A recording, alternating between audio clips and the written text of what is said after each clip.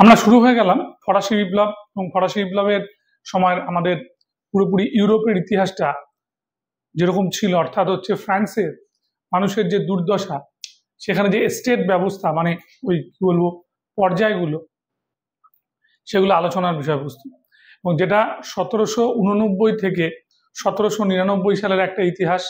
আর তার ঠিক পরবর্তী ইতিহাসটা হচ্ছে যখন নেপোলিয়ান বোনাপার্ট আমাদের কি হলো কনসুলেটের শাসন শুরু করলো, এবং তার সময় থেকে 1799 থেকে 1805। এটা হচ্ছে আমাদের ভালো করে পড়তে হবে। এবং এইটা পড়ার মধ্যে দিয়ে আমাদের যে দিকটা দিয়ে যেতে হবে খুব ভালো করে, সেটা হচ্ছে আমাদের কোয়েশ্চেনগুলোকে খুব ভালো করে ধরতে হবে যে কিরকম টাইপের জিনিস আমরা ফরাসি বিপ্লব থেকে পেতে পারি, এত বড় একটা ভার্স জিনিস থেকে। তাহলে ফ্রান্সে কেন বিপ্লব হয়েছিল, ফ্রান্সের আমাদের সামাজিক রাজনৈতিক অর্থনৈতিক অবস্থা কি ছিল, এবং এখানে আমাদের কি বলবো এই যাজকরা কিভাবে সুবিধে নিত, ঠিক আছে, এবং কিভাবে ট্যাক্সেশনের বোঝাটা নেমে এসেছিল থার্ড এস্টেটের ওপরে, ঠিক। এবং যেখানে আমাদের যাজকরা এবং আমাদের অভিজাত এবং রাজারা অনেক কম ট্যাক্স দিয়ে ম্যাক্সিমাম ট্যাক্সের বোঝাটা চাপিয়ে দিয়েছিল কাদের উপরে, আমাদের এই কি বলবো যাকে বলে তৃতীয় স্টেট, মানে শিক্ষক, তাই তো, তারপরে হচ্ছে ব্যবসায়ী, তারপরে বলতে পারো তোমরা কৃষক, শ্রমিক, এবং তার পরবর্তী পর্যায়ে যারা ছিল হচ্ছে সাকুলত, সব এই পর্যায়টা থার্ড এস্টেট, এদের উপর যে চাপ পড়েছিল সেটা নিয়েই বিপ্লবটা হয়েছিল। এবং বিপ্লবের যখন সংগঠিত হচ্ছে তখন যিনি রাজা ছিলেন তিনি ছিলেন লুই দ্য 16 বা ষোড়শ লুই। তাহলে শুরু করি আমরা।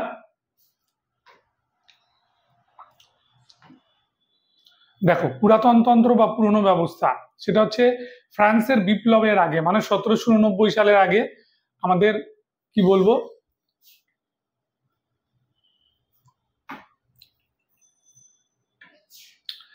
ফ্রান্সের বিপ্লবের আগে যে একটা বৈষম্যমূলক সামাজিক রাজনৈতিক ও অর্থনৈতিক ব্যবস্থা প্রচলিত ছিল তাকে আমরা পুরাতনতন্ত্র বা পুরনো ব্যবস্থা নামে আমরা বলে থাকি। এখানে একটা স্বৈরাচারী রাজতন্ত্র ছিল, আর দুর্নীতিগ্রস্ত গির্জা ছিল, আর সঙ্গে ছিল শ্রেণীবিভক্ত সমাজ আর অসাম্য নিপীড়ন, ঠিক আছে, বা অসম নিপীড়ন, অসাম্য ছিল আর নিপীড়ন ছিল, এগুলোর ওপরে কিন্তু একটা পুরনো ব্যবস্থা ছিল। তাহলে চতুর্দশ লুই, এই যে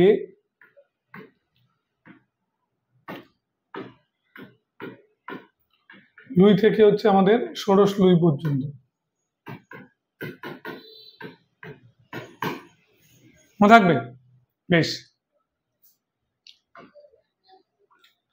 ফরাসি বিপ্লবের প্রাক্কালে ফ্রান্সের সামাজিক অবস্থা, ফ্রান্সের সমাজ ছিল মধ্যযুগীয় এবং সামন্ততান্ত্রিক, এটা মনে রাখবে। জনগণ তিনটি শ্রেণীতে বিভক্ত ছিল। যাজকরা ছিল প্রথম শ্রেণীভুক্ত, রাজা এবং অভিজাতরা ছিল হচ্ছে দ্বিতীয় শ্রেণীভুক্ত, আর মধ্যবিত্ত ব্যবসায়ী, শ্রমিক, কৃষক সহ দেশের সব সাধারণ মানুষ 97%-এরও বেশি লোক ছিল হচ্ছে থার্ড এস্টেট, তাই তো, ঠিক আছে। এই যে থার্ড এস্টেট যাকে আমরা বলছি সেটা ছিল অধিকারহীন বা অধিকারবিহীন, আর যারা তাকে সুবিধা বঞ্চিত আমরা একটা শ্রেণী বলতে পারি, ঠিক আছে। অধিকার প্রাপ্ত শ্রেণী কারা ছিল? অধিকার প্রাপ্ত শ্রেণীর কথা বলতে গেলে আমাদের এটা বলতে হয় যাজক এবং অভিজাত সম্প্রদায় অধিকার প্রাপ্ত শ্রেণী বলে পরিচিত ছিল। যাজক এবং কি বললাম অভিজাত সম্প্রদায় অধিকার প্রাপ্ত শ্রেণী বলা ছিল। ফ্রান্সের মোট জনসংখ্যার 3% হয়েও এই দুই সম্প্রদায় দেশের কৃষি জমির বৃহৎ অংশ ভোগ করত, ঠিক। সরকারি চাকরি ও উচ্চ পদ তারা করায়ত্ত ছিল এবং তারা বিলাস ব্যসনে জীবন নির্বাহ করত, বিনিময়ে তারা সরকারকে কোনো কর দিত না। ভাবো, যারা এই অভিজাত তারা বিলাস ব্যসনের মধ্যে মত্ত এবং সব যে করের বোঝা চাপিয়ে দিয়েছে কাদের উপরে, বলে তৃতীয় শ্রেণীরাই দেবে। যাজকরা তো তথই বচো, যাজকরা তো মানে দিতই না, তারা বলছে যে আমরা ঈশ্বরের সেবা করি, আমরা কেন ট্যাক্স দেব, ঠিক, কর দিত না। সব বোঝা নেমে এলো ট্যাক্সের বোঝাটা থার্ড স্টেটের উপর। অধিকারহীন বললে হচ্ছে আমাদের যারা পড়ে তৃতীয় স্টেটের মানুষ বা তৃতীয় সম্প্রদায়ের মানুষ, মধ্যবিত্ত, শ্রমিক, কৃষক, সাকুলত, ঠিক আছে, বলা হয়েছে। মধ্যবিত্ত শ্রেণী বা বুর্জোয়ারা ছিল বিপ্লবের অগ্রদূত, বিদ্যা, ঠিক আছে, বুদ্ধি, ও ধনবলে অভিজাতদের চেয়ে অনেক বলীয়ান হয়েও কেবলমাত্র বংশ কৌলীন্যের অভাবে সমাজ ও রাষ্ট্রে তারা অপাঙ্ক্তেয় হয়ে গেছিল। কিরকম বলছে, বিদ্যা বুদ্ধি এবং টাকা পয়সার দিক থেকে ওরা বেশি ছিল এই বড় ব্যবসায়ীরা, কিন্তু ওরা অভিজাতদের সমান খ্যাতি পায়নি, কারণ ওদের বংশ কৌলীন্য ছিল না। এটা একটা কি হয়েছিল, এই ওরা অধিকারহীন শ্রেণীর মধ্যে চলে গেছিল এবং ওরা কি করেছিল, বিপ্লব চেয়েছিল। অসাম্যের শিকার ও করভারে নিপীড়িত। মনে থাকবে।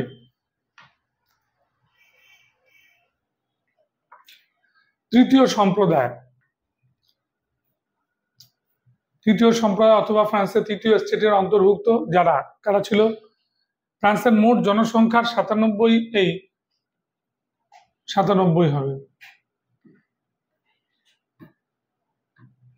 97 ভাগের বেশিরভাগ মানুষকে নিয়ে, ঠিক আছে, তৃতীয় সম্প্রদায় ছিল। মানে পুরো 97% তোমার থার্ড স্টেট বা তৃতীয় শ্রেণী। এদের মধ্যে বুর্জোয়া বা মধ্যবিত্ত শ্রেণী পড়েছে, শ্রমিক, কৃষক, সাকুলতদের নিয়ে এই সম্প্রদায়টা গঠিত হয়েছে। আবার এর সঙ্গে ধনী ব্যবসায়ী, শিল্পপতি, ঠিক আছে, আমাদের আইনজীবী, চিকিৎসক, শিক্ষকরা, তার সঙ্গে হচ্ছে ব্যবহারজীবী বলে,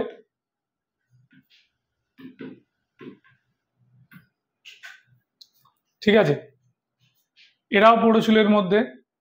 এবং আমি আগেই বলেছিলাম যে বিদ্যা বুদ্ধি ধনবলে এরা কিন্তু এগিয়ে গিয়েছিল অভিজাতদের থেকে, কিন্তু বংশকৌলীন্য ছিল না, তাই এরা অপাঙ্ক্তেয় হয়ে গিয়েছিল।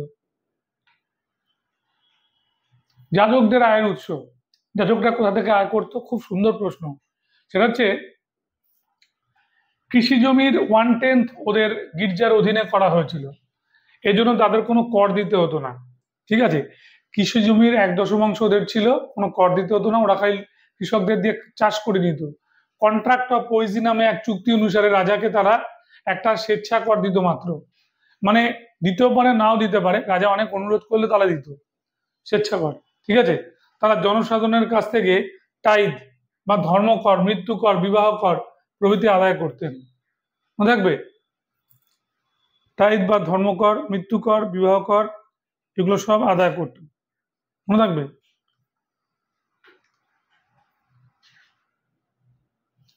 এবার আমরা আসছি কোথায়, সাকুলেত, ঠিক আছে। সাকুলেতরা ছিল তৃতীয় শ্রেণীর অন্তর্ভুক্ত, গ্রাম থেকে শহরে আসা চাল চুলোহীন ছিন্নমূল ভবঘুরে এক ধরনের মানুষ। এদেরকে ব্রায়নু বলে একজন এক ঐতিহাসিক মেনু পিপল বলে উল্লেখ করেছিল। এরা প্যারিস শহরে ভিড় জমিয়েছিল চাকরি পাওয়ার আশায়, তাই তো। এর মধ্যে গরিব কারিগর, ছোট দোকানদার এরাও কিন্তু পড়তো। অধিকাংশ ছিল দরিদ্র, নিরক্ষর আর কর্মহীন, ঠিক।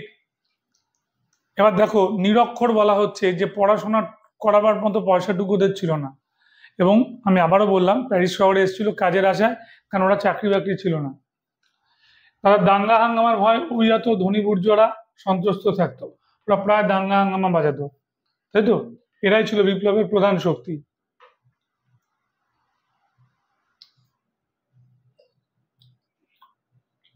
প্রাক বিপ্লব যুগে ফ্রান্সের কৃষকদের অবস্থা কি ছিল, তাই তো। 80% ছিল কৃষক, 80%।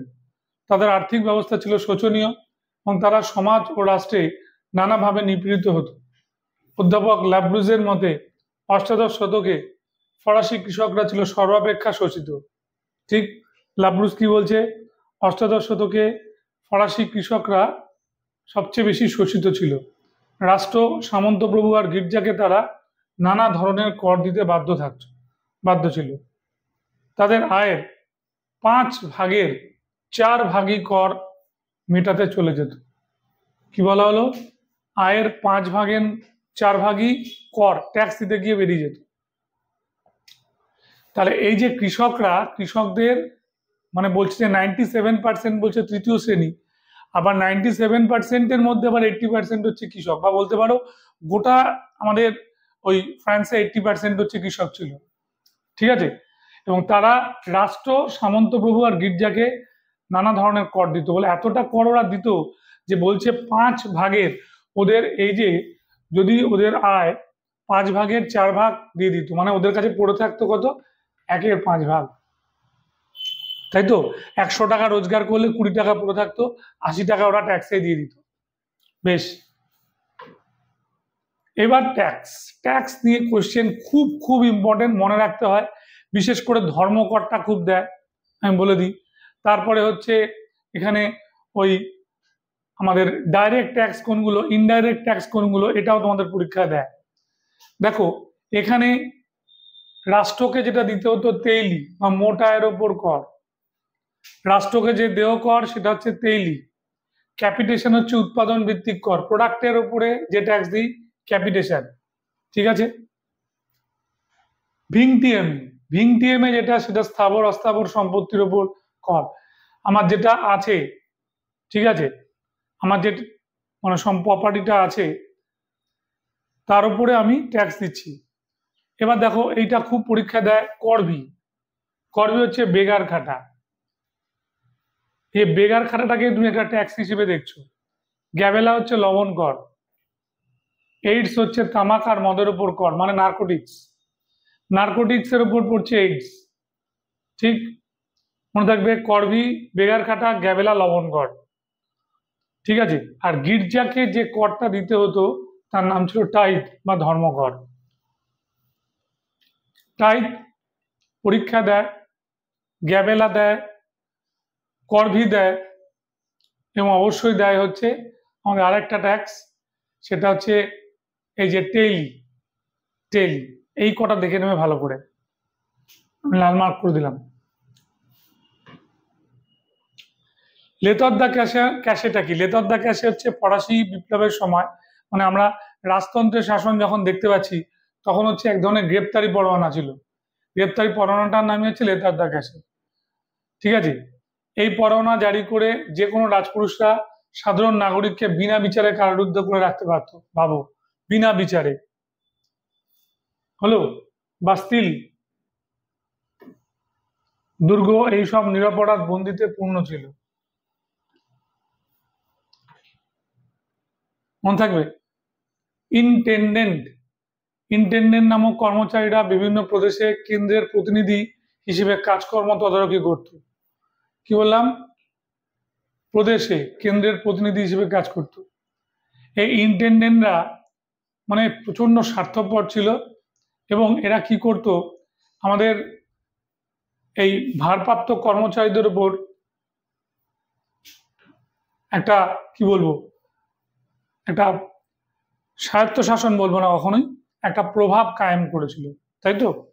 সাধারণ প্রশাসনের সব বিষয় এই দুর্নীতিগ্রস্ত অত্যাচারী রাজকর্মচারীদের হাতে চলে গেছিল।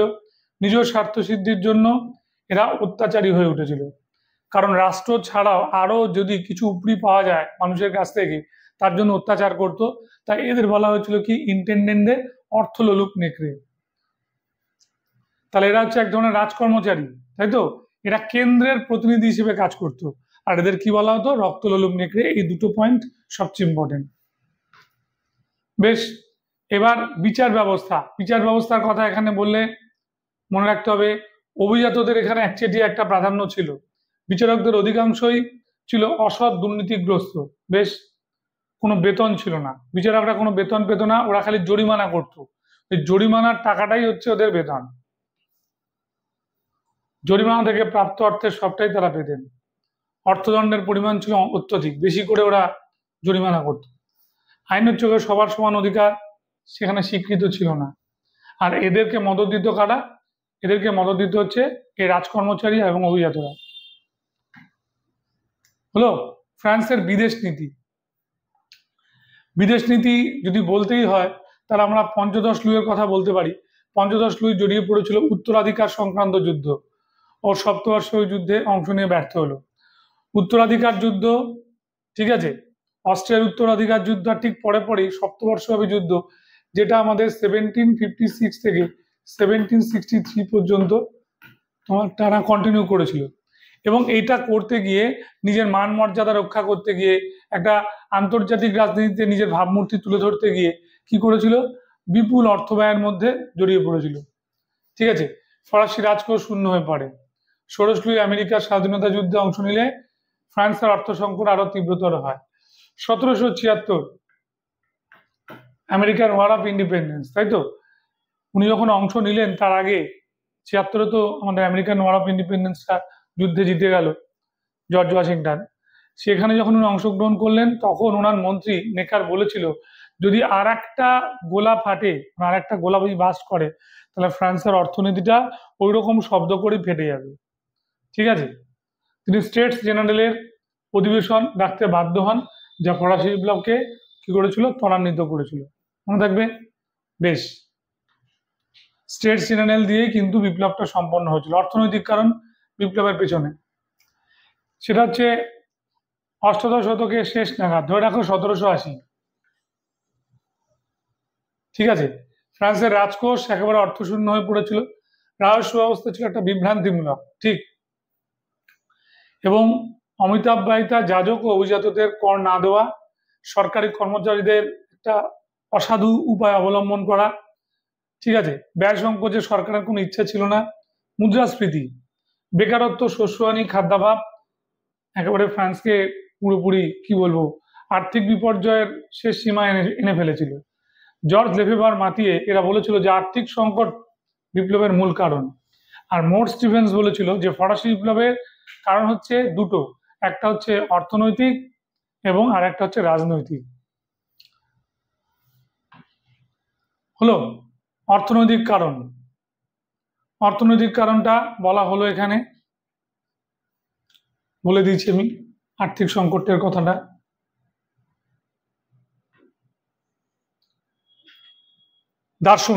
দার্শনিকরা যেটা করেছিল সেই বিপ্লবের অনেকটা আগে থেকেই আমাদের সমাজ, রাজনীতি, অর্থনীতি, ধর্মীয় জীবনের সর্বস্তরে ওরা যে অনাচার আর দুর্নীতি ছড়াচ্ছিল সেটা স্প্রেড করে। তারা একটা বিপ্লবের মানে কি বলবো বিপ্লব মনস্কতা মানুষের মধ্যে একটা বিপ্লবের বাতাবরণ তৈরি করে দিয়েছিল। ঠিক আছে, বিপ্লব চলাকালে তাদের চিন্তাধারা গুরুত্বপূর্ণ হয়ে উঠেছিল, বিপ্লবের উপর তাদের প্রভাব ছিল সুদূর এবং পরোক্ষ। বেশ, রুশোর দুটো যে বই, একটা হচ্ছে কি অসাম্যের মূল সূত্র, অরিজিন অফ ইনইকুয়ালিটি, আর একটা হচ্ছে কন্ট্রাক্ট সোশ্যাল। ঠিক আছে, এখানে এই যে সামাজিক বৈষম্য, শ্রেণীগত অত্যাচার কুঠারাঘাত করেন। আর যেটা হচ্ছে সামাজিক চুক্তি, তাতে বলেছেন রাজাকে সাধারণ মানুষই বসিয়েছে, সাধারণ মানুষ না চাইলে, সাধারণ মানুষ না বসালে রাজার অস্তিত্ব নেই, ঈশ্বর দত্ত ক্ষমতা বলে রাজার কিচ্ছু নেই। ঠিক আছে, এবং বলেছে জনগণই হচ্ছে রাষ্ট্র ও সমস্ত সার্বভৌম শক্তির উৎস। এবার মন্টেস্কুর দুটো বই, একটা বই দ্য পার্সিয়ান লেটার্স, এটা মনে রাখবে, আর একটা দ্য স্পিরিট অফ লস। ঠিক আছে, কি বললাম, একটা স্পিরিট অফ লস আর একটা হচ্ছে পার্সিয়ান লেটার্স, যেখানে ব্যক্তি স্বাধীনতা রক্ষাকল্পে রাষ্ট্রের শাসন, আইন ও বিচার বিভাগের সম্পূর্ণ পৃথকীকরণের কথা বলেন। দ্বিতীয় গ্রন্থে তিনি ফ্রান্সের প্রচলিত সমাজ ব্যবস্থা, পরিজাততন্ত্র ও রাজতন্ত্রের বিভিন্ন ত্রুটি ও দুর্বলতার সমালোচনা করেন। ঠিক আছে, এটা হচ্ছে মন্টেস্কু হচ্ছে এমন একজন লোক যে কিন্তু রাজাকে চেয়েছিল, যে রাজা থাকবে, রাজা ছাড়া হবে না, কিন্তু রাজাকে কাজে লাগাতে হবে, জনসাধারণ রাজাকে কাজে লাগাবে। ঠিক আছে, ওনার বই স্পিরিট অফ লস আর দি পার্সিয়ান লেটার্স, এই দুটো বই মনে রাখতে হবে। এই ব্যক্তি স্বাধীনতা রক্ষাকল্পে রাষ্ট্রের শাসন, এই কথাটা হচ্ছে আসল ইম্পর্টেন্ট। জিজ্ঞেস করে এই দার্শনিকদের মধ্যে কে রাজতন্ত্রের সমর্থক ছিল, উত্তর হবে মন্তেস্কু। ভোলতেয়ার পড়তে হবে, কবি, নাট্যকার, প্রাবন্ধিক, দার্শনিক ও ঐতিহাসিক ভোলতেয়ার সমকালীন ইউরোপীয় সাহিত্য জগতের মধ্যমণি ছিলেন। প্রগতিবাদী যুক্তিনিষ্ঠ ভোলতেয়ারের কাছে যুক্তিবিরোধী সকল চিন্তা বা প্রতিষ্ঠানীয় অসহ্য ছিল। গভীর ঈশ্বরবাদী হয়ে তার আক্রমণের প্রধান লক্ষ্য ছিল ক্যাথলিক গির্জা। ঠিক আছে, কি বললাম, তার আক্রমণের প্রধান লক্ষ্যটা ছিল হচ্ছে ক্যাথলিক গির্জা। গণতন্ত্রে বিশ্বাসী না হয়েও তিনি শাসনতান্ত্রিক সংস্কার ও স্বাধীন চিন্তার সমর্থক ছিলেন। তার দুটো বিখ্যাত বই হচ্ছে কাঁদিত আর লেতর ফিলোসফি। ঠিক আছে, কাঁদিত আর লেতর ফিলোসফি হচ্ছে তার দুটো বিখ্যাত বই, এটা মনে রাখতে হবে। বেশ, এখানে হচ্ছে যাজকদের মুখোশ যদি কেউ খুলে থাকে সেটা কিন্তু আমাদের এই মনে রাখতে হবে, ওই ভদ্রলোক, কি নাম বললাম, ভোলতেয়ার। আর ভোল্তেয়ার হচ্ছে ভার্সেটাইল জিনিয়াস ছিল, কারণ রাজনীতিবিদ, দার্শনিক, ঐতিহাসিক সব রকমের ছিলেন। ফিজিওক্র্যাটরা হচ্ছে নতুন ধরনের এক ধরনের ফ্রান্সের অর্থনীতিবিদ যারা মার্কেন্টাইল মতবাদ মানে হচ্ছে উদার অর্থনীতিবাদে বিশ্বাসী ছিলেন। সংরক্ষণ নীতি, শিল্প বাণিজ্যের রাষ্ট্রীয় কর্তৃত্বের বিরোধী ছিলেন, যে শিল্প বাণিজ্য যদি রাষ্ট্র কর্তৃত্ব করে তাহলে সেটা কখনো প্রগতি হবে না, একটা কন্ট্রোলের মধ্যে থেকে গেলে সেটা ডালপালা ছড়াতে পারবে না, তাই তো। তার মতে ছিল ভূমি হলো সম্পদের উৎস, তাই ভূমির সকল মালিককে কর দিতে হবে, ঠিক আছে, মানে ল্যান্ড যে বাস করছে সবাইকেই কর দিতে হবে, কুইজ নেই। আর অ্যাডাম স্মিথ এই মতবাদ প্রচার করেছিলেন। অ্যাডাম স্মিথের বিখ্যাত বই হচ্ছে ওয়েলথ অফ নেশন, এটা জানো।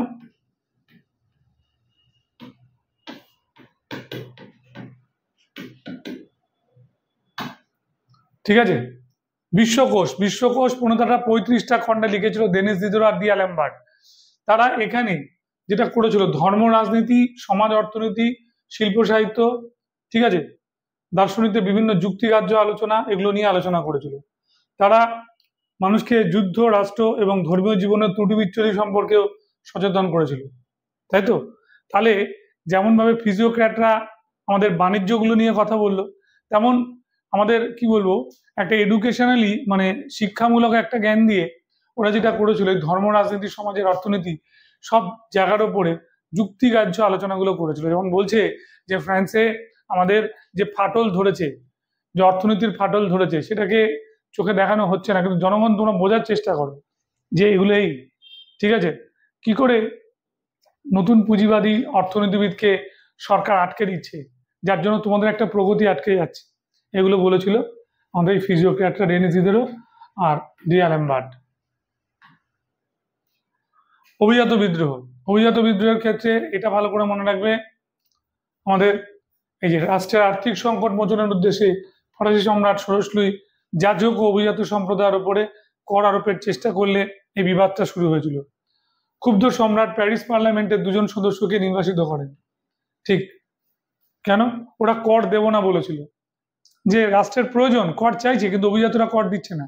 তখন 2জন হোমরা চোমরা ব্যক্তিকে মানে যারা প্যারিস পার্লামেন্টের সদস্য ছিল তাদেরকে নির্বাসিত করলো, ঠিক আছে, এবং সবকটি প্রাদেশিক পার্লামেন্ট ভেঙে দেন। এর ফলে ফ্রান্সের নানা স্থানে বিদ্রোহ শুরু হয়।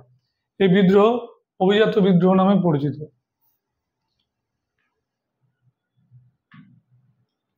হলো 1789 সালে আমাদের কোন ফরাসি সম্রাট কেন স্টেটস জেনারেলে আহ্বান করেছিল? স্টেটস জেনারেলে আহ্বান করেছিল হচ্ছে ষোড়শ লুই, ঠিক আছে। কোন ফরাসি সম্রাটের সময় স্টেটস জেনারেলে আহ্বান করা হয়েছিল?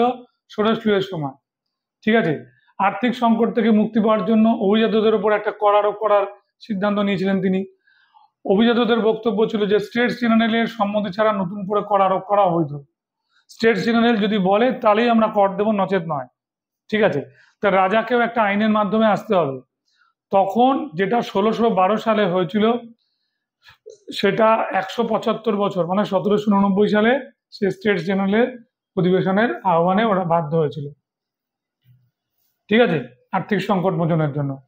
এবার যখন ওরা গেল সাধারণ জনসাধারণ, তখন দেখলো যে রাজা তালা লাগিয়ে চলে গেছে। তখন ওরা সামনের একটা টেনিস কোর্টে ওরা শপথ নিল, যতদিন পর্যন্ত একটা সংবিধান তৈরি হচ্ছে, ঠিক আছে, ততদিন পর্যন্ত ওরা কি করবে? ঐক্যবদ্ধভাবে কাজ করবে, ঠিক আছে। নিকটবর্তী একটি টেনিস খেলার মাঠে সমবেত হয়ে শপথ নিয়েছিল, ফ্রান্সের জন্য একটা সংবিধান না হওয়া পর্যন্ত ঐক্যবদ্ধভাবে কাজ করবে। মাথা পিছু ভোটের দাবিতে সোচ্চার হয়েছিল, ঠিক আছে। ফরাসি বিপ্লবকে বুর্জোয়া বিপ্লব বলে, একদম। টেনিস কোর্টের শপথ ও পরবর্তী ঘটনার সময় রাজা ষোড়শ লুই ভয় পেয়েছিল এবং শেষ পর্যন্ত 1789-তে হতাশাগ্রস্ত রাজা এই 3টে সম্প্রদায়, ফার্স্ট, সেকেন্ড আর থার্ড, একত্রে অধিবেশন এবং মাথা পিছু ভোটের অধিকার মেনে নেয়। প্রত্যেকে ভোট দেবে এই ব্যাপারটা মেনে নেয়। তৃতীয় সম্প্রদায়ের অধিকাংশ প্রতিনিধি ছিলেন বুর্জোয়া, আইনজীবী, শিল্পপতি, ব্যাংকার ও বিভিন্ন পেশাধারী তোমার মানুষ শ্রেণীভুক্ত। এটাকে বুর্জোয়া বিপ্লব এই জন্য বলছে। কেন? এখানে যারা যারা যোগ দিল, আইনজীবী, শিল্পপতি, ব্যাংকার এবং অন্যান্য পেশার মানুষ, তারা প্রত্যেকেই বুর্জোয়ার অন্তর্ভুক্ত ছিল, তাই এটা বুর্জোয়া বিপ্লব। এবার বাস্তিল দুর্গের পতন 1789 সালের 14ই জুলাই বাস্তিল দুর্গের পতন হলো। উত্তেজিত জনতা কুখ্যাত বাস্তিল দুর্গের দখল নিয়ে, যারা এখানে বন্দি করে রাখা হতো, রাজতন্ত্রের বিরোধিতা করতো, বিনা বিচারে তাদেরকে বন্দি করে রাখা হতো, ওদের মুক্তির জন্য আমাদের এগিয়ে এলো। এটা হচ্ছে বাস্তিল দুর্গের পতন। খাদ্যের দাবি হাজার হাজার মানুষ, ঠিক আছে। বাস্তিলের পতনের কি গুরুত্ব ছিল? প্যারিসের শাসনভার বুর্জোয়াদের হাতে চলে গেছিল। তারা প্যারিস কমিউন গঠন করে প্যারিসের পৌর শাসন পরিচালনা করতে থাকে। ফ্রান্সের অন্যান্য স্থানে অনুরূপ কমিউন গড়ে উঠে, যা জাতীয় রক্ষী বাহিনী তৈরি করে, ঠিক আছে, মনে থাকবে। স্বৈরাচারী রাজতন্ত্রের বিরুদ্ধে একটা বলিষ্ঠ প্রতিবাদ ছিল, কারণ ওই যে বললাম বাস্তিলটা যে এমন একটা কুখ্যাত দুর্গ যেখানে বিনা বিচারে মানুষকে আটকে রাখা হতো, সেইখান থেকে ওই বিনা বিচারে বন্দি মানুষগুলোকে ওরা বার করে আনার চেষ্টা করেছিল, ঠিক আছে। মহাআতঙ্কটা কি? যখন বাস্তিলের পতন, গ্রামাঞ্চলে রাজকীয় অত্যাচার আর জমিদারি শোষণের নিপীড়নে কৃষকদের মধ্যে একটা উন্মাদনা সৃষ্টি করে।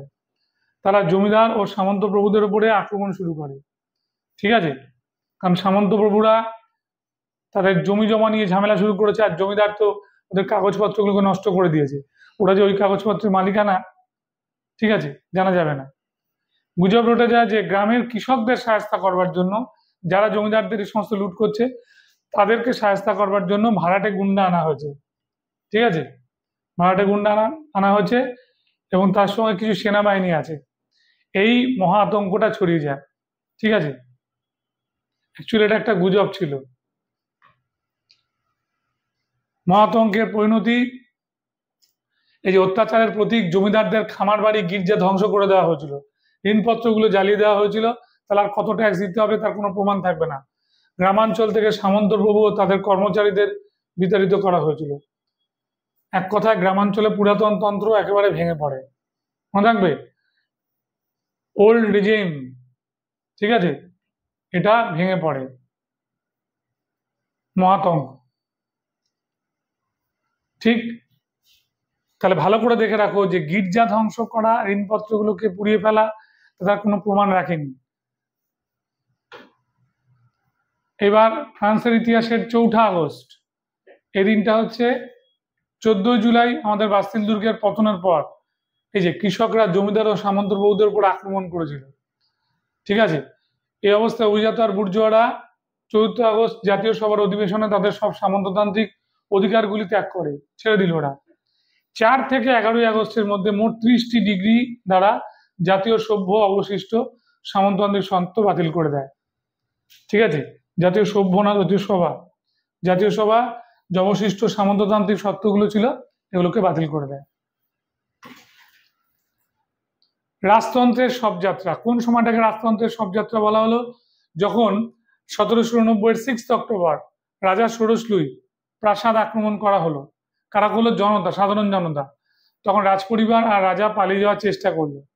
এই ঘটনাটা আমরা এক কথায় বলি হচ্ছে ভার্সাই থেকে ওরা প্যারিসে চলে গেল। কি করে গেল? ওদেরকে গ্রেপ্তার করলো যখন পালিয়ে যাওয়ার চেষ্টা করছিল। রাজপরিবারের লোকগুলোকে গ্রেপ্তার করে ওরা ভার্সাই থেকে প্যারিসে নিয়ে আসলো। সেই দিনের ঘটনাটাই কিন্তু আমাদের রাজতন্ত্রের সমাজ শবযাত্রা নামে পরিচিত হয়েছিল। মানে রাজা কার্যত তৃতীয় শ্রেণীর হাতে বন্দী হয়ে গেল। বেশ, ব্যক্তি ও নাগরিকের অধিকার খুব খুব ইম্পর্টেন্ট। এটা 26 আগস্ট 1789। ডেট ভুলে গেলে সালটা অন্তত মনে রাখবে, ঠিক আছে, ঠিক আছে। এখানে কি হয়েছিল? ব্যক্তি ও নাগরিকের অধিকারের ঘোষণা হয়েছিল, যাকে আমরা বলি civil constitution of the clergy, তাই তো। রাত 1791 খ্রিস্টাব্দের সংবিধানে মুখবন্ধ বলা হয় যে জনগণই রাষ্ট্রের সার্বভৌম শক্তির উৎস, স্বাধীনতা মানুষের জন্মগত অধিকার। দেখো এখানে 1790 আগস্ট মাসে বলা হচ্ছে জনগণই রাষ্ট্রের সার্বভৌম শক্তির উৎস, স্বাধীনতা মানুষের জন্মগত অধিকার, আইনের চোখে সবাই সমান, সংবাদপত্র, ধর্মাচরণ, সম্পত্তি ক্রয় বিক্রয়, বাক স্বাধীনতা মানুষের একটা সার্বজনীন অধিকার হিসেবে থাকবে। তাহলে সবই দেখো লক্ষ্য করে এখানে সাধারণ মানুষ, ব্যক্তি ও নাগরিকের অধিকারের ক্ষেত্রে কিন্তু কাজে লাগলো, ঠিক আছে। ব্যক্তি নাগরিকের অধিকারের গুরুত্বপূর্ণ কি ছিল, বলছে যে এই ঘোষণাপত্রটি পুরাতনতন্ত্রের একটা মৃত্যু পরোয়ানা হয়ে গেল। এই ঘোষণাপত্রটা আমাদের পুরাতনতন্ত্রের মৃত্যু পরোয়ানা হয়ে গেল এবং এই ঘোষণাপত্র ইউরোপের সর্বত্র নবযুগের সূচনা করলো। মানুষের মৌলিক অধিকার, ঠিক আছে, অর্থাৎ বাক স্বাধীনতা, সংবাদপত্র, সম্পত্তি, ধর্মাচরণ, ঠিক আছে, স্বাধীনতাকে স্বীকৃতি দেওয়া হলো। তাহলে ফরাসি বিপ্লবের যে তিনটে মূল আদর্শ, সাম্য, মৈত্রী, স্বাধীনতা, এখানে কিন্তু স্বীকৃতি পেল। ঠিক আছে। অ্যাসাইনেট হচ্ছে আমাদের ফরাসি বিপ্লবের প্রত্যক্ষ যে কারণ ছিল, তার মধ্যে একটা ছিল হচ্ছে অর্থ সংকট। সেই অর্থ সংকটের সময় এক ধরনের কাগজি মুদ্রা বেরিয়েছিল, ঠিক আছে, এক ধরনের কাগজি মুদ্রা বা কাগজি নোট বলবো, তাকে অ্যাসাইনেট আমরা বলি। ঠিক আছে। কখন? যখন বিপ্লবের সময় যে একটা আর্থিক সংকট হয়েছিল, তখন মুদ্রা করতে গিয়ে যে মেটালের খরচা হয় তার থেকে কাগজের খরচা কম, তখন ওরা অ্যাসাইনেটে গেছিল। ঠিক আছে, মনে থাকবে এটা 1790 এর পরে। এবার দেখো civil constitution of the clergy, একটু আগে আসছিলাম, এটার সঙ্গে ব্যক্তি নাগরিকের অধিকারের মিল নেই, যেটা আমি ভুল করে বলে ফেলেছিলাম। Civil constitution of the clergy মানে ধর্মযাজকদের সংবিধান। ঠিক আছে, এখানে গির্জার ওপরে পোপের কর্তৃত্বের অবসান ঘটানো হলো। একদম পোপ হয়ে গেল সরকারের হচ্ছে একটা বেতনভুক কর্মচারী। ঠিক আছে, গির্জা রাষ্ট্রে একটি দপ্তরে পরিণত হয়ে গেল, হ্যাঁ, বেতনভুক কর্মচারী হয়ে গেল হচ্ছে যাজক। এবং ঠিক করা হলো এখান থেকে একটা মাইনে দেওয়া হবে, স্যালারি দেওয়া হবে। বিপ্লবের সমর্থক বহু নিম্ন যাজক নিম্ন বিপ্লব বিরোধী হয়ে উঠলো এবং পোপ ফরাসি নাগরিকদের এই আইন অমান্য করার নির্দেশ দেন। ঠিক আছে, তখন বলে যে তোমাদের একটা কি করা হবে, যে গির্জার সম্পত্তি যে একটা ভোগ করছো তোমরা, সেটা পাবে না, গির্জা রাষ্ট্রের হয়ে গেল, আর তোমাদের একটা বেতন দেওয়া হবে। তখন এটা তো অনেক কম হয়ে গেল, তখন ওরা এই জন্য কি করলো, বিদ্রোহ করেছিল। পিলনিজের ঘোষণা। পিলনিজের ঘোষণাটা কি? সেটা হচ্ছে অস্ট্রিয়ার সম্রাট দ্বিতীয় লিওপোল্ড আর প্রাশিয়ার রাজা দ্বিতীয় উইলিয়াম। অস্ট্রিয়ার সম্রাট দ্বিতীয় লিওপোল্ড আর প্রাশিয়ার রাজা দ্বিতীয় উইলিয়াম ফেডরিক, এরা বলেছিল যদি কেউ রাজবাড়িটা রাজাকে আক্রমণ করে তাহলে কিন্তু তিনি তাহলে ছেড়ে কথা বলবেন না। ঠিক আছে, এক ঘোষণাপত্র জারি করেছিলেন এবং সশস্ত্র হস্তক্ষেপের আহ্বান জানান যদি রাজার রাজদরবার কেউ আক্রমণ করে।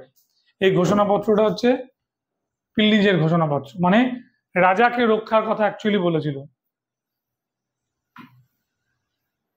মানে ইউরোপের সব রাজাকেই এটা দিয়েছিল যে ফরাসি রাজকে আক্রমণ করলে তাহলে আমরা স্টেপ নেব। ব্রান্সউইকের ঘোষণা। অস্ট্রিয়ার প্রাশিয়ার যৌথ সেনাবাহিনীর প্রধান, প্রাশিয়ার সেনাধ্যক্ষ অ্যাকচুয়ালি ডিউক অফ ব্রান্সউইক, উনি বলেছিলেন ফ্রান্স আক্রমণ করবেন। ঠিক আছে, তাকে যদি কেউ বাধা দেয় তাহলে ফরাসি রাজপ্রাসাদ কোনোভাবে আক্রান্ত হলে বা রাজারানীর নিরাপত্তা বিঘ্নিত হলে চরম শাস্তির ব্যবস্থা করা হবে। ঠিক আছে, ফ্রান্স উনি আক্রমণ করবে, কিন্তু তার মানে এই নয় রাজারানীকে তোমার কি বলবো, রাজারানীর স্বাধীনতা খর্ব করবেন বা রাজারানীর নিরাপত্তা খর্ব করবেন। এই সুযোগটা কাজে লাগিয়ে যদি কেউ রাজারানীকে আক্রমণ করে তাদের উনি শাস্তি দেবেন। এই ঘোষণাপত্রটা ব্রান্সউইক ঘোষণাপত্র নামে পরিচিত। অ্যাকচুয়ালি এটা প্রশ্নটা আসে ব্রান্সউইক ঘোষণাপত্রের সাল হিসেবে 1792। ঠিক আছে, দ্বিতীয় ফরাসি বিপ্লব। 1792 সালের 10ই আগস্ট বিক্ষুব্ধ জনতা রাজপ্রাসাদ আক্রমণ করে, জনতার ভয় আইনসভা রাজাকে বরখাস্ত করে। ঠিক আছে, এবং রাজার অবর্তমানে সংবিধান বাতিল হয়ে যায়, যেটা 1791 হয়েছিল। তখন ঠিক হয়ে যায় প্রাপ্তবয়স্ক সকল নাগরিকের ভোট নির্বাচিত একটা জাতীয় সভা নতুন শাসনতন্ত্র রচনার ব্যাপারে সিদ্ধান্ত নেবে। তাহলে একটা 1791 এর পরে নাগরিকদের ভোটে নির্বাচিত হয়ে একটা জাতীয় সভা তৈরি হবে, সেখান থেকে একটা অ্যাডমিনিস্ট্রেশন বা শাসনতন্ত্র রচনা করা হবে। লেফেভার বলেছিল এই ঘটনাকে দ্বিতীয় ফরাসি বিপ্লব। আর দ্বিতীয় ফরাসি বিপ্লবটা হলো 1792। সেপ্টেম্বর হত্যাকাণ্ড খুব ইম্পর্টেন্ট। ঠিক আছে, বিদেশি আক্রমণের একটা সম্ভাবনা, আবার প্রতিবিপ্লবী দমন, এরকম একটা দুটো জিনিস, মানে প্রতিবিপ্লবীদের একটা কার্যকলাপ আর বিদেশি আক্রমণ, এরকম একটা মুহূর্তের মধ্যে জ্যাকোবিন নেতা জা পল মারা নেতৃত্বে কয়েক হাজার উন্মুক্ত জনতা 92 খ্রিস্টাব্দের 2 থেকে 7 সেপ্টেম্বর পর্যন্ত প্যারিস ও বিভিন্ন প্রদেশের কারাগারগুলিতে ঢুকে কয়েক হাজার রাজতন্ত্রী বন্দীকে বিনা বিচারে হত্যা করে। এই ঘটনাটা সেপ্টেম্বর হত্যাকাণ্ড নামে পরিচিত। ঠিক আছে, কি হলো, কারাগারগুলোতে ঢুকে কয়েক হাজার রাজতন্ত্রী বন্দীকে বিনা বিচারে হত্যা করলো। কারা করলো? সেটা হচ্ছে জাপল মারা। এই জাপল মারা উনি কিন্তু নেতৃত্বটা মেনলি দিয়েছিল। এবং যখন এই কারাগারগুলোতে এই রাজতন্ত্রী বন্দী মানে রাজাকে সমর্থন করেছে কিন্তু কোনো না কোনোভাবে সে সমাজ ভেঙেছে বলে হয়তো বন্দী হয়েছে, তাদেরকে হত্যা করার নির্দেশ দেওয়া হলো, যেটা আমরা সেপ্টেম্বর হত্যাকাণ্ড নামে আমরা জানি। জ্যাকোবিন এবং দুজন নেতা। জ্যাকোবিন হচ্ছে একটা রাজনৈতিক দল এবং একটা চরমপন্থী দল, ঠিক আছে, রাজতন্ত্রের বিরোধী আর প্রজাতন্ত্রের সমর্থক, এটা হচ্ছে আসল কথা। রাজতন্ত্রের বিরোধী আর প্রজাতন্ত্রের সমর্থক, নিম্ন বুর্জোয়া, দোকানদার, কারিগর, এই ধরনের মানুষের সমর্থক ছিল। রোবসপিয়ার, দাঁতো, ঠিক আছে, মারাত এই দলের নেতা ছিলেন। তার মধ্যে রোবসপিয়ার আর দাঁতোর নামটা ভালো করে মনে রাখবে, জ্যাকোবিনের বিখ্যাত নেতা। নেপোলিয়নও কিন্তু জ্যাকোবিনের সদস্য ছিল। আচ্ছা, ফ্রান্সে 1792 সালে প্রজাতন্ত্র প্রতিষ্ঠা আর রাজার প্রাণদণ্ডের পর ফ্রান্সের অভ্যন্তরীণ ও বৈদেশিক ক্ষেত্রে এক ভয়াবহ পরিস্থিতির সৃষ্টি হয়েছিল। এরকম একটা জায়গায় দেশের অভ্যন্তরে প্রতি বিপ্লবীরা সক্রিয় হয়ে ওঠে। আইন শৃঙ্খলার চূড়ান্ত অবনতি, ঠিক আছে, চূড়ান্ত অবনতি ঘটেছিল। সেই সময় আমাদের একটা জরুরি অবস্থায় আমাদের কি বলবো ওই জ্যাকোবিন দলের সদস্যরা আমাদের এনেছিল রেইন অফ টেরর, সন্ত্রাসের রাজত্ব, যেটা 1 বছর কন্টিনিউ করেছিল শৃঙ্খলার জাতীয় ঐক্য রক্ষার উদ্দেশ্যে। তবে এটা বলে দিই, প্রতি বিপ্লব দমন, ঠিক আছে, আভ্যন্তরীণ বিদ্রোহ, প্রতি বিপ্লব দমন, আভ্যন্তরীণ বিদ্রোহ বলতে পারো, তারপর হচ্ছে বৈদেশিক আক্রমণ, এগুলোকে ওরা দারুণভাবে আটকেছিল। সন্ত্রাসের শাসন কিভাবে কার্যকর হয়েছিল? যে গণনিরাপত্তা কমিটি, ঠিক আছে, এখানে একটা সংবিধান রচনা করা হয়েছিল, কয়েকটি কমিটির হাতে সক্ষমতা দেওয়া হয়েছিল। গণনিরাপত্তা কমিটি এরা শাসন পরিচালনা নীতি নির্ধারণ করত। সাধারণ নিরাপত্তা কমিটি, সন্দেহের আইন, বিপ্লবী বিচারালয়, অপরাধীকে হত্যা করার জন্য গিলোটিন নামক যন্ত্র তোমার দেওয়া হয়েছিল।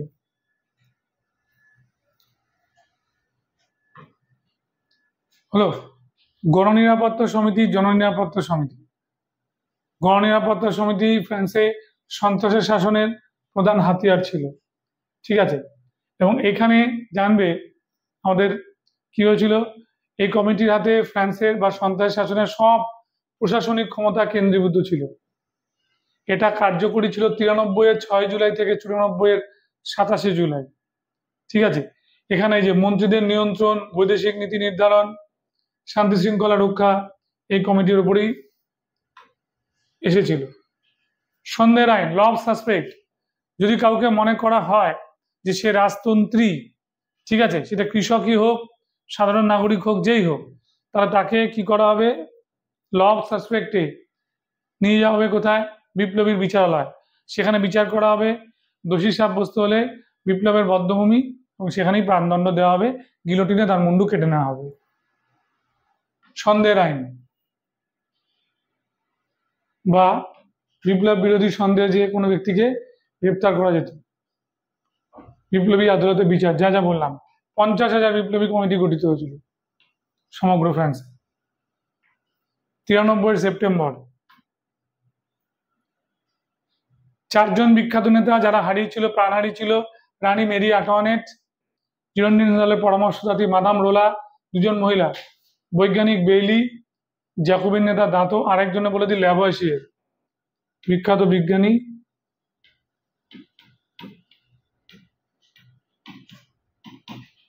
ল্যাভয়েসিয়ের, ঠিক আছে।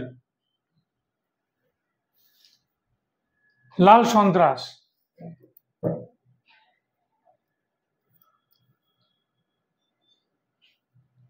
সন্ত্রাসের শাসনকালে হিবার্ট, দাঁতো এবং জ্যাকোবিন দলের অন্যান্য নেতাদের হত্যা করে এপ্রিল থেকে রোবসপিয়ার সর্বসর্বা হয়ে উঠেছিল। মনে রাখবে কি নাম বললাম, হিবার্ট, দাঁতো, ঠিক আছে। তার একক নেতৃত্বে সন্ত্রাস চলতে থাকে। 94 এপ্রিল থেকে 27 জুলাই তার বন্দী হওয়া পর্যন্ত সময়কাল লাল সন্ত্রাস নামে পরিচিত ছিল। রেড টেরর, তাই তো? 1794 খ্রিস্টাব্দের 28শে জুলাই রোবসপিয়ারের মৃত্যুতে এই সন্ত্রাসের অবসান ঘটেছিল। ঠিক কি বললাম? 1794 28শে জুলাই রোবসপিয়ার যখন মারা গেল তখন এই শাসনটা শেষ হয়ে গেল। কারণ এটা যখন প্রয়োজন ছিল না তখনও কিছু মানুষকে মারা হয়েছিল। ঠিক, এটা হচ্ছে রেড টেরর। যখন আমরা রোবসপিয়ারের মৃত্যুটা দেখলাম তখন হচ্ছে রেড টেরর। থার্মোডোরীয় প্রতিক্রিয়া, এই যে রোবসপিয়ারকে যখন ক্ষমতাচ্যুত করা হলো এবং তাকে গিলোটিন করা হলো, সেটা একটা থার্মোডোরীয় মাসে হয়েছিল, তাই এটাকে থার্মোডোরীয় প্রতিক্রিয়া বলে। ঠিক আছে, থার্মোডোরীয় মাস মানে হচ্ছে জুলাই মাস ফরাসি ভাষায়। শ্বেত সন্ত্রাস, এইবার দেখো রোবসপিয়ার চলে গেল, রোবসপিয়ারের চলে যাওয়াটা লাল সন্ত্রাস বললাম। এবার জ্যাকোবিনদের পতন হলো, মধ্যবিত্ত বুর্জোয়াদের নেতৃত্বে পাল্টা সন্ত্রাস শুরু হলো। মধ্যবিত্ত বুর্জোয়ারা যখন আবার পাল্টা সন্ত্রাস করলো তার নাম হচ্ছে হোয়াইট টেরর। ভবঘুরে বেকার ও নিম্ন শ্রেণীর মানুষদের নিয়ে গঠিত গুন্ডা বাহিনীর হাতে অস্ত্র তুলে দেওয়া হলো, অবাধে হত্যাকাণ্ড অত্যাচার চালাতে থাকে। ঠিক আছে, মনে থাকবে এটা। কেউ কেউ বলছে এটার মুখ্য উদ্দেশ্য ছিল লুট। শ্বেত সন্ত্রাস কবে কাদের দ্বারা সৃষ্টি হয়েছিল? ঠিক আছে, 1794 27শে জুন রোবসপিয়ার ও জ্যাকোবিন দলের ক্ষমতাচ্যুতির পরে মধ্যবিত্ত বুর্জোয়ারা ক্ষমতা দখল করে। তারা জ্যাকোবিনদের দ্বারা অনুষ্ঠিত লাল সন্ত্রাসের পাল্টা জ্যাকোবিনদের বিরুদ্ধে সন্ত্রাস শুরু করে, যা শ্বেত সন্ত্রাস নামে পরিচিত ছিল। মনে থাকবে কি বললাম? সেটাকে শ্বেত সন্ত্রাস বলে। এর দায়িত্ব মোটামুটি 1795 খ্রিস্টাব্দের অক্টোবর মাস পর্যন্ত চলেছিল। ঠিক আছে, তাহলে আমরা 93 থেকে 94 আমরা বলেছিলাম রেইন অফ টেরর, তারপরে 95 এলো। ঠিক আছে, দেখো সন্ত্রাস মানে শুধু যে লোক মেরেছিল তা না, কিন্তু দরকার ছিল। ওই সময় সন্ত্রাস না এলে রক্ষা হতো না, তাই তো? সংকটময় কালে সন্ত্রাস শাসনই অরাজকতা ও বিদ্রোহের অবসান ঘটিয়ে দেশ শান্তি শৃঙ্খলা প্রতিষ্ঠা করেছিল। ঐতিহাসিক টেলর আর হেস বলেছিল সন্ত্রাস শাসনের ফলেই ফ্রান্সে বিপ্লব রক্ষা পেয়েছে, তাই তো? বেশ, সন্ত্রাস শাসন কি অনিবার্য ছিল? অবশ্যই ছিল, কারণ বৈদেশিক আক্রমণ, অভ্যন্তরীণ বিদ্রোহ, আইন শৃঙ্খলার চূড়ান্ত অবনতি, ঠিক আছে, করদান, সেনাদলে যোগদান, জনগণের একটা চরম অনীহা এসেছিল, দেশ জুড়ে কালোবাজারি চলছিল, মজুদদারি, কন্ট্রাক্টরি। এরকম একটা অবস্থার মধ্যে জাতীয় ঐক্য আর প্রজাতন্ত্রের অস্তিত্ব রক্ষাটা বিপন্ন হয়ে পড়েছিল। সেইখানে সন্ত্রাস এসে বাঁচিয়েছিল, তাই টেরর সেভ রিভলিউশন, এটা একটা খুব বিখ্যাত কথা, এটা রাইকার বলেছিল, টেরর সেভ রিভলিউশন। কিন্তু যখন সন্ত্রাস মানে যখন বলছে সংকটটা মিটে গেল, তখন আর টেনে নেওয়ার দরকার ছিল না, সন্ত্রাসটাকে কন্টিনিউ করার কোনো দরকার ছিল না। ঠিক আছে, বেশ, সন্ত্রাস বিপ্লবকে রক্ষা করেছিল, এটা মনে রাখবে। মিরাবু, মিরাবু কি মনে রাখবে? টেনিস কোর্টের যখন শপথ হয়েছিল তার মধ্যে উনি একটা উল্লেখযোগ্য ভূমিকা পালন করেছিলেন। ঠিক আছে, এবং ষোড়শ লুই যখন স্টেট চ্যানেলকে জাতীয় সভায় রূপান্তরিত করেন তখন ওনার একটা বড় গুরুত্বপূর্ণ ভূমিকা ছিল। প্রথম সংবিধান রচনা মিরাবুরই কিন্তু সবচেয়ে বড় হাত ছিল। ঠিক আছে, তৃতীয় শ্রেণীর প্রতিনিধি হিসেবে উনি জাতীয় সভায় যোগ দিয়েছিল। আর টেনিস কোর্টের শপথ, এই সময় মিরাবুর ভূমিকাটা সবচেয়ে বেশি ছিল। রোবসপিয়ার ফরাসি বিপ্লবের শ্রেষ্ঠ বিপ্লবী বলা হয় এবং সন্ত্রাসের একবারে মেন হোতা উনি ছিলেন। ঠিক আছে, ইনি ছিলেন হচ্ছে রুশোর দ্বারা খুব উদ্বুদ্ধ ছিল এবং সৎ আদর্শবাদী উল্লেখযোগ্য রোবসপিয়ার হাজার হাজার মানুষকে হত্যা করেছিল। ঠিক আছে, প্রজাতন্ত্রকে রক্ষা করেছিল। সন্ত্রাস শাসনকে প্রলম্বিত করতে চাইলে তার বিরোধীরা ঐক্যবদ্ধভাবে তাকে হত্যা করেছিল 1794 খ্রিস্টাব্দে, মনে থাকবে।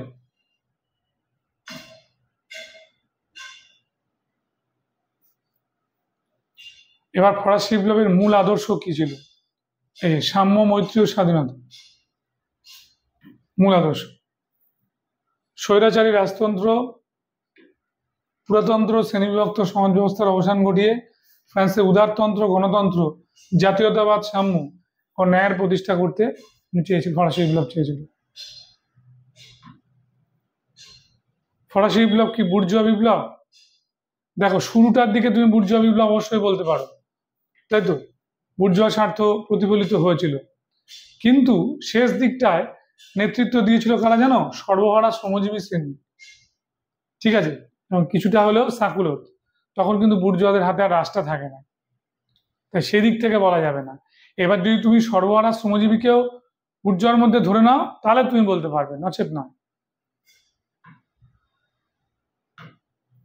বেশ, তাহলে ফরাসি বিপ্লব আমরা সম্পূর্ণ করলাম। ফরাসি বিপ্লবের যাবতীয় যে কোয়েশ্চেনগুলো ছিল, যে চরিত্রগুলো ছিল, যে স্টেজগুলো ছিল, যে সন্ধিগুলো ছিল, সবই এখানে বলা হয়েছে।